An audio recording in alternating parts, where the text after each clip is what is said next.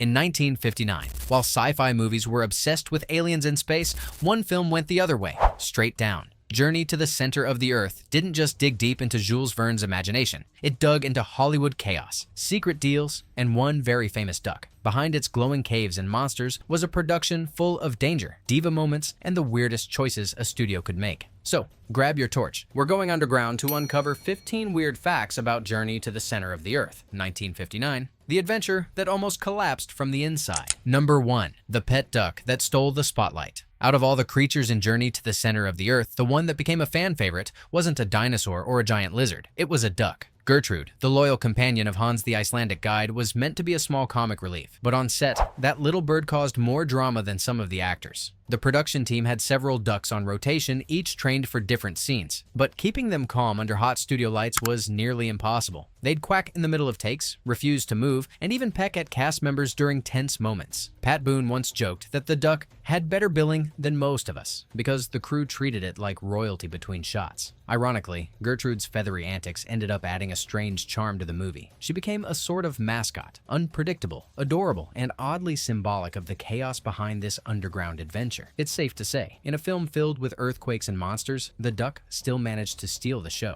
Number 2. Pat Boone's strange contract deal. When singer-turned-actor Pat Boone signed on for Journey to the Center of the Earth, he didn't just want fame, he wanted profit. At the time, Boone was a pop sensation, and 20th Century Fox knew his name would sell tickets. But Boone's management struck an unusual deal. Instead of a huge paycheck up front, he'd take a smaller salary in exchange for a percentage of the film's profits. Something almost unheard of for a young star in 1959. That gamble paid off. The movie became a massive international hit, and Boone earned far more than he would have through a normal contract. Still, his decision wasn't all about money. He also demanded that the studio include songs for him to perform. The plan was to blend adventure and musical moments, but when test audiences laughed at the tonal shift, most of the numbers were quickly cut. In the end, Boone got his payday but lost his music. Ironically, the movie that helped solidify his Hollywood credibility did it by silencing the very thing that made him famous. A weird twist of fate for a singer who wanted to be heard underground. Number 3. A professor role that almost went to someone else. Before James Mason stepped into the role of Professor Lindenbrook, the studio had a completely different actor in mind, and it nearly derailed the entire project. The part was first offered to Clifton Webb, famous for his refined, sharp-tongued roles in Laura and Cheaper by the Dozen. He had the intellect, the arrogance, and the star power, but not the stamina. Just before filming began, Webb fell seriously ill and had to withdraw. With sets already built and a massive budget on the line, 20th Century Fox scrambled for a replacement. That's when James Mason, fresh off 20,000 Leagues Under the Sea, was brought in at the last moment. Mason was hesitant at first, thinking the story was too fanciful, but his gravitas and subtle humor transformed Lindenbrook into one of the film's strongest anchors. The irony, Webb's polished sarcasm might have made the professor feel cold and distant, but Mason's warmth gave the movie its heart. A last-minute casting crisis turned into a masterstroke and probably saved the film from sinking before the first shovel hit the ground. Number 4. The cave scenes that were real and dangerous. You'd think a 1959 adventure film would rely on painted backdrops and studio smoke, but much of Journey to the Center of the Earth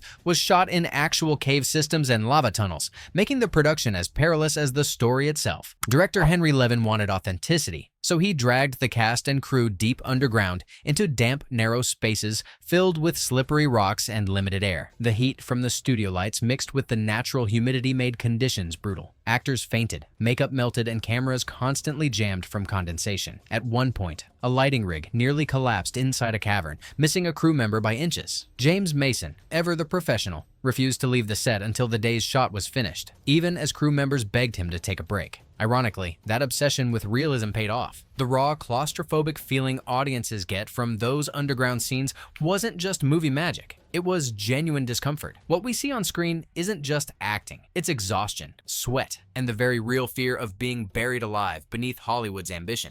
Number 5. The iguanas wearing dinosaur costumes. Before CGI and animatronics, Hollywood had one bizarre trick for creating monsters: dress up real animals. In Journey to the Center of the Earth, the Dimetrodons weren't mechanical props or stop-motion creations. They were real live iguanas, imported from South America and fitted with glued-on fins, horns, and tiny scales to make them look prehistoric. The makeup team used latex and paint directly on the reptiles, which caused major controversy even at the time. The heat from the studio lights made the iguanas restless and aggressive, forcing the handlers to constantly intervene between takes. Some even escaped into the studio rafters, halting production until they were recaptured. Pat Boone later joked that they were the hardest working actors on set, and definitely the cheapest. While modern audiences might cringe at the primitive effects, those iguana scenes gave the movie a surreal, uncanny edge. Their blinking eyes and real movements made them oddly believable. Proof that even with low-tech methods, 1950s Hollywood could make you believe the impossible was crawling right toward you.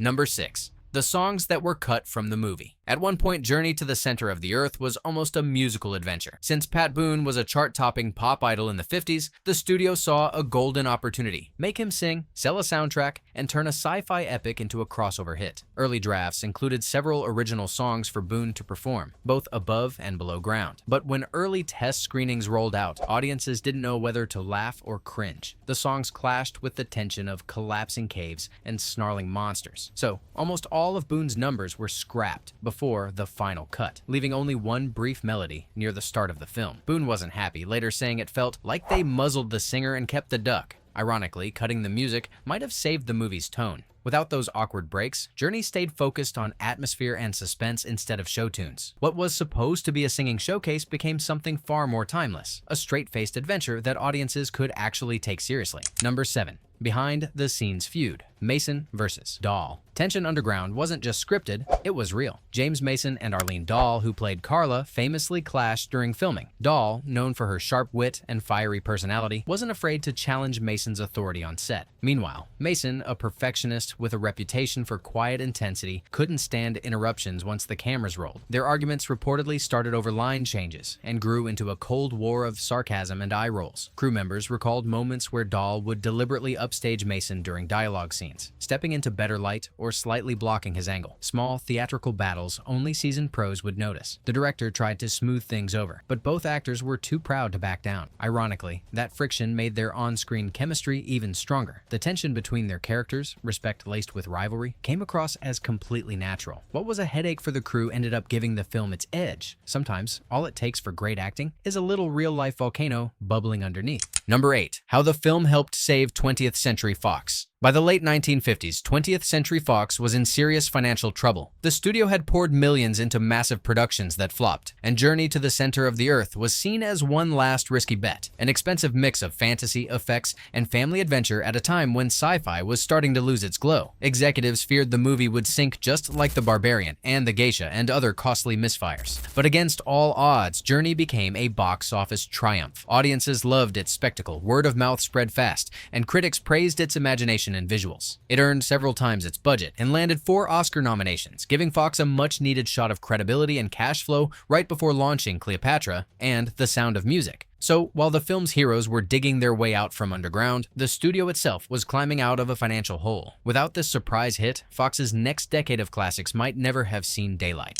If you've made it this far into the Earth, you deserve a medal, or at least a breather. While we climb back up for air, take a second to like this video so YouTube knows you're one of the brave ones still exploring with us. And if you love uncovering the strange, the forgotten, and the downright weird side of classic movies, hit subscribe. That way you won't miss the next deep dive when we dig into another hidden gem from the golden age of sci-fi and adventure. Alright, lanterns back on. Time to go deeper. Number 9. The secret behind the volcano eruption scene. The explosive finale, when our heroes are shot out of a volcano, looked like pure Hollywood fantasy, but it was a technical nightmare to pull off. The production couldn't use real lava or fire, so effects artists built a massive rotating tunnel lined with painted rock and filled it with boiling colored sludge, smoke, and debris. Then they blasted high-pressure air cannons through it to simulate the violent eruption. Actors were strapped into rigs and covered in mud, glycerin, and fake embers to look scorched. The scene was so intense that Pat Boone's harness actually snapped during one take, sending him crashing onto the set floor, thankfully without serious injury. He later said, "It was the one time I thought I might actually end up inside a volcano." All that chaos paid off. The eruption sequence became one of the most visually stunning moments of the 1950s cinema, earning the film an Oscar nomination for Best Special Effects. It was a fiery reminder that before CGI, movie magic was made from smoke, sweat,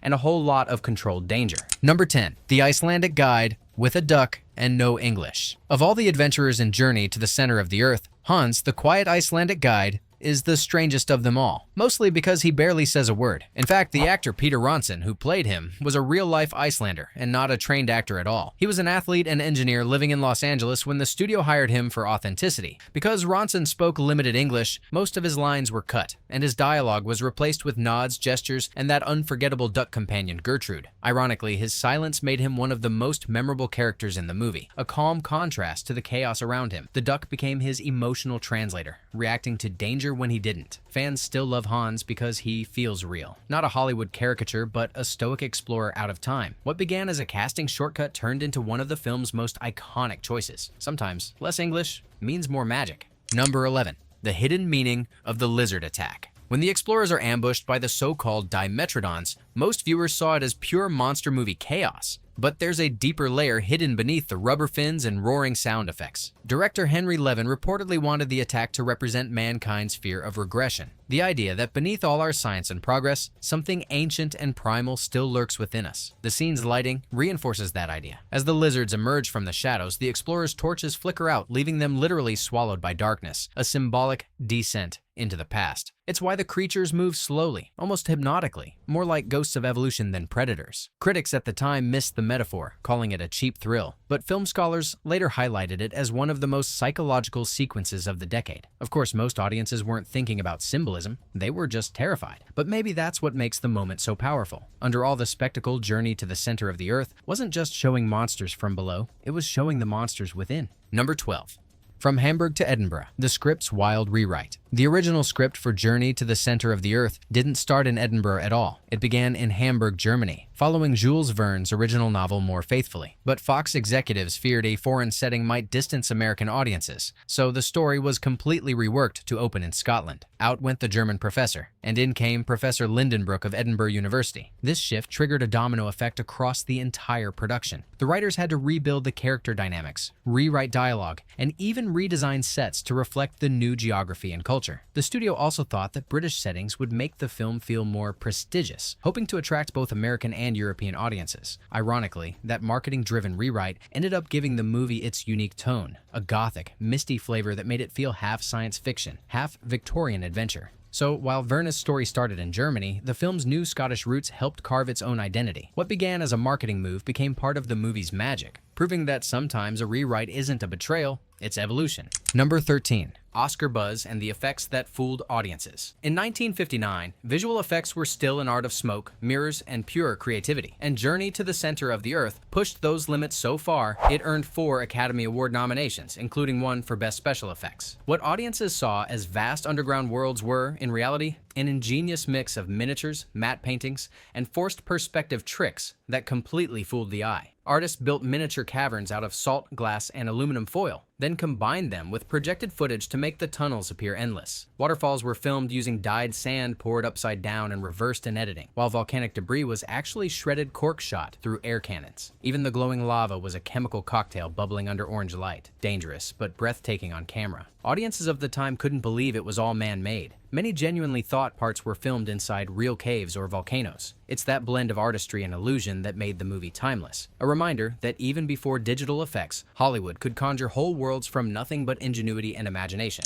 Number 14. The real-life science that inspired the movie. While Journey to the Center of the Earth is pure fantasy, it was inspired by real 19th century scientific theories that weren't as crazy as they sound. In Jules Verne's time, some geologists genuinely believed in the hollow Earth concept. The idea that vast caverns or even oceans could exist miles beneath the surface. Scientists debated whether the planet's interior was molten or filled with massive air pockets, and Verne ran with that uncertainty to craft his story. By 1959, most of those theories had been debunked, but the filmmakers wanted to ground the movie in a touch of realism. They consulted geologists to design believable cave systems and based the rock formations on Icelandic volcanic data. The magnetic compass malfunctions, the crystal caverns, and even the subterranean ocean were all loosely modeled on actual phenomena discussed in scientific journals of the era. That blend of real science and cinematic imagination made the film hit differently. It wasn't just escapism, it whispered, "What if?" And for a generation living through atomic discoveries and space exploration, the idea that Earth itself might still be hiding secrets felt eerily possible. Number 15. The legacy that sparked a new era of underground adventures. When Journey to the Center of the Earth hit theaters in 1959, it didn't just entertain. It redefined the adventure genre. Its mix of science, fantasy, and spectacle opened the door for decades of subterranean thrillers and exploration films. Without it, we likely wouldn't have The Time Machine, 1960, The Core, 2003, or even Spielberg's sense of awe in Indiana Jones. The movie proved audiences craved more than aliens and rockets. They wanted the mysteries of their own planet. TV shows, comics, and later reboots all borrowed its formula. Explorers, lost worlds, and danger lurking just beneath the surface. Even Disney's 2008 remake owes everything to that 1959 spark of imagination. Over 60 years later, it still stands as one of the few adventure films that feels both grand and grounded. A story that turned geology into mythology and reminded everyone that sometimes the greatest discoveries aren't in space. They're right below our feet. Journey to the Center of the Earth wasn't just another studio adventure. It was lightning trapped in a cavern. A perfect storm of bold ideas, last-minute miracles, and strange on-set chaos that somehow fused into movie magic. From ducks that wouldn't behave to iguanas in dinosaur drag, from feuding stars to near disasters underground, every odd moment added up to a film that still feels alive 6 decades later. It's one of those rare classics that proves imagination doesn't need CGI, just courage, creativity, and a cast crazy enough to crawl into the unknown. And that's why it endures. It's not the monsters or the lava that keep us watching. It's the thrill of discovery itself. If you enjoy digging into these weird facts, hit like before the tunnel collapses and subscribe for more hidden stories behind the films that shaped an era. Because down here, there's always another secret waiting to be uncovered.